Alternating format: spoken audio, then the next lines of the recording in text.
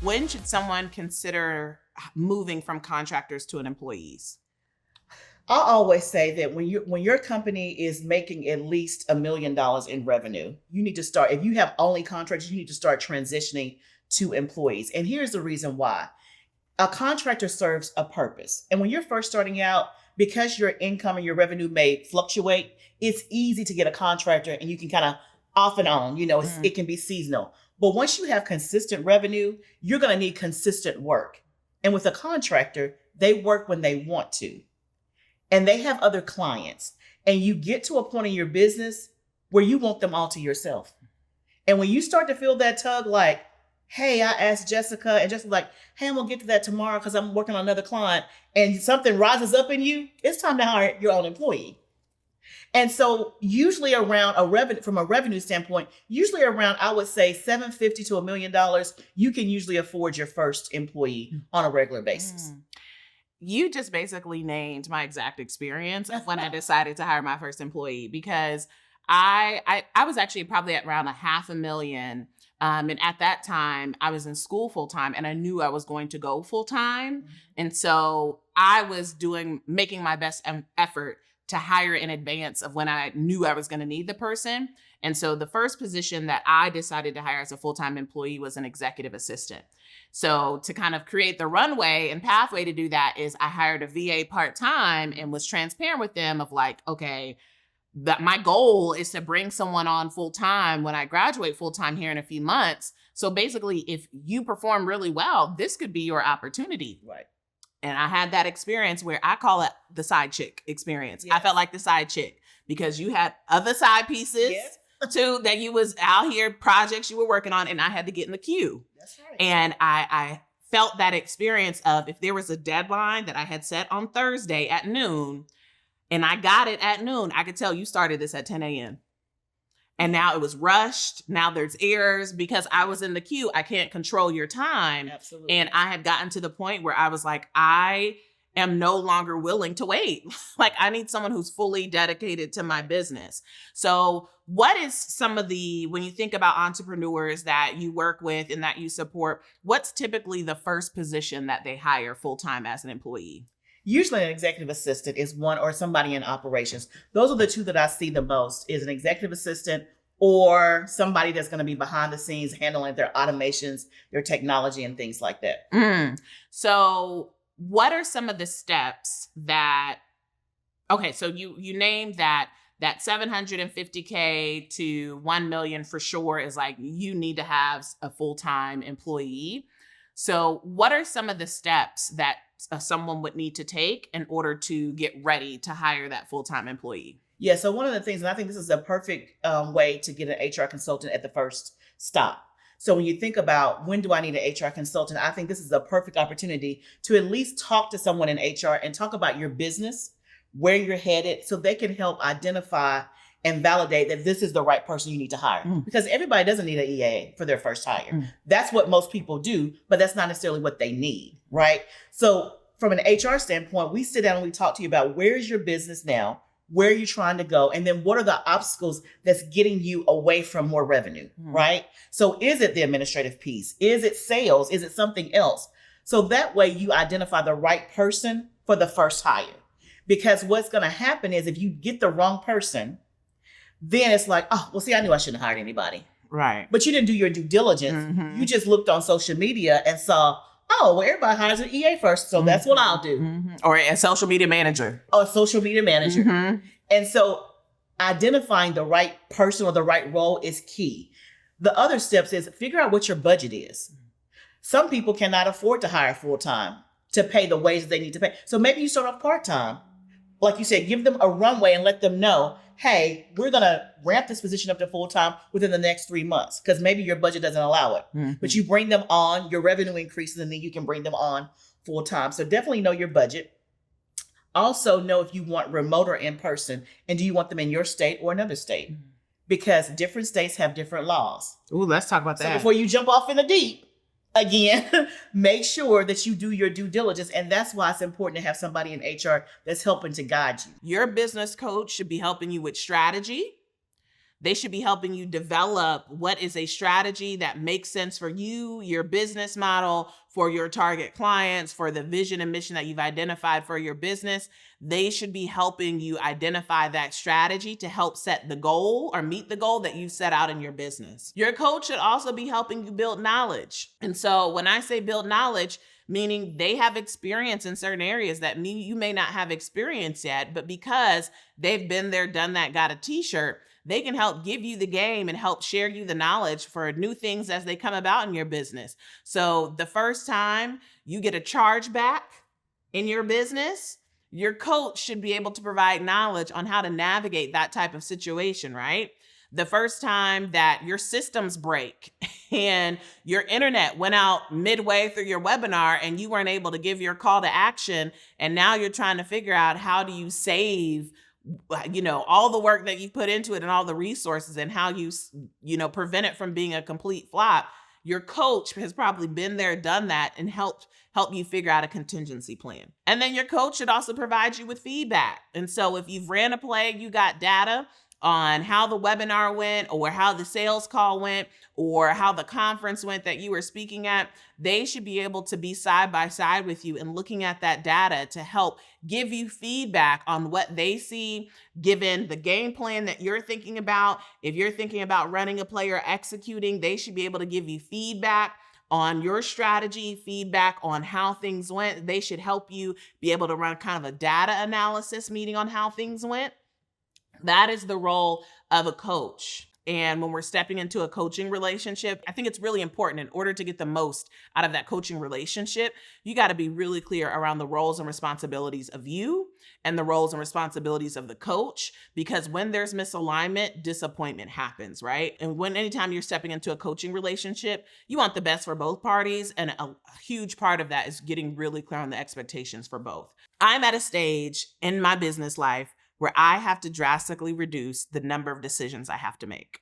Like, I just make so many decisions like day to day that I had to, a piece of my own work that I had to do is I had to learn that it was okay to outsource things that 3 to 4 years ago I had the capacity to still manage and do, that now as my business has grown, as just my life has grown, that the answer isn't do more things. It's like I have to rearrange my plate. It's not fitting more things on my plate.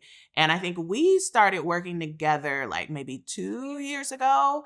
And so what for you would you say is kind of the indication that someone needs a personal stylist or should consider a personal stylist? Yeah, I think you kind of hit one on the head, is when you actually don't have the time, when it's time to outsource, and you know that you want to show up a certain way, and you know that there's somebody who can do it and maybe even do it better than you, and make sure that your brand is consistently showing up as it needs. So 70% of a first impression is based off of what you are wearing or how you are presenting yourself from the outside. So before I knew that Dr. Erica Jordan Thomas went to Harvard, I saw how she looked and how she presented herself first. And from that impression, I could say, oh my gosh, she's serious. I want to take her serious. She looks great. She looks polished. I'm going to listen to her more because she looks more interesting, or I'm interested to hear what she has to say because how she is presenting herself. And so I would say to whoever is just saying like, me doing the work is all that matters, it actually doesn't. Because when you go out and you are presenting yourself to people, or you are sharing your concepts, and you have to do these things in real life and show up, somebody is actually in their mind picking apart everything that you are before you even open up your mouth to speak. So I think that your pedigree actually has to also align with how you're showing up, and it should be one full package. Mm-hmm. Yeah. It's interesting to hear you say that, because I think what's important to pull apart for our audience, because particularly for oppressed communities, particularly for Black communities, Black women, I think when we hear certain words about our image and how we need to show up, we overdial because we've had to in society in order to survive. We overdial into like, oh, I need to wear a suit. Like polished looks like being suited and booted, and like And when I even think of suit, I'm thinking black and navy. Oh my God. Like that's what polished looks Yeah. like. And I think it's really important that we clarify for the audience, like you get to define what polished looks like. Absolutely. Like it is, and I think that's why a stylist is so important, is they can help you identify what polished looks like in a way that reflects your authentic personality. Because as Germanee knows, one of my styling rules that you can't see today is I don't do what?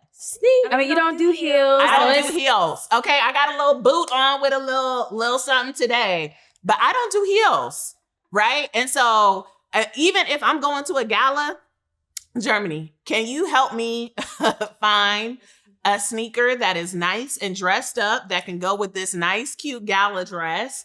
She knows that I don't do heels, and so because of that, and I think that's something that you've helped me navigate of what does it look like to fully lean into my authentic style while also honoring certain parts of my identity. So I think that's really important to clarify for our audience that like how you choose to show up is your choice, but you need to be clear on that, and assessing is how you're showing up intentional.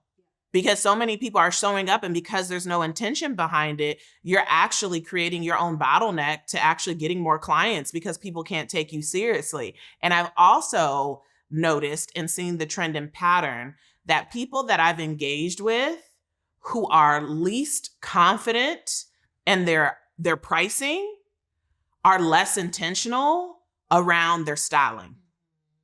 You know, they say when you look good, you feel good. And so you probably are have a lack of confidence about your pricing because you frumpy. No shade. no shade. No shade. But we're just trying to be honest, because you keep throwing on that t-shirt, you keep throwing on them jeans, and that's why you can't say your price with your chest. It's because you don't feel confident, right? And I think that's the impact of the way that you dress is I feel more confident saying my price tag when I feel comfortable in my clothes. I feel confident. I feel dressly confident. And I think that's what I want to help disrupt in educators, because we have a profession where we will wear a poodle sweater. We will wear something with pencils and apples on it. And that's why you feel uncomfortable charging $50,000 is because you're wearing the energy of $15 an hour, right? But is that intentional or not? Right? And you get to choose. Thirdly, you should have a tax strategist.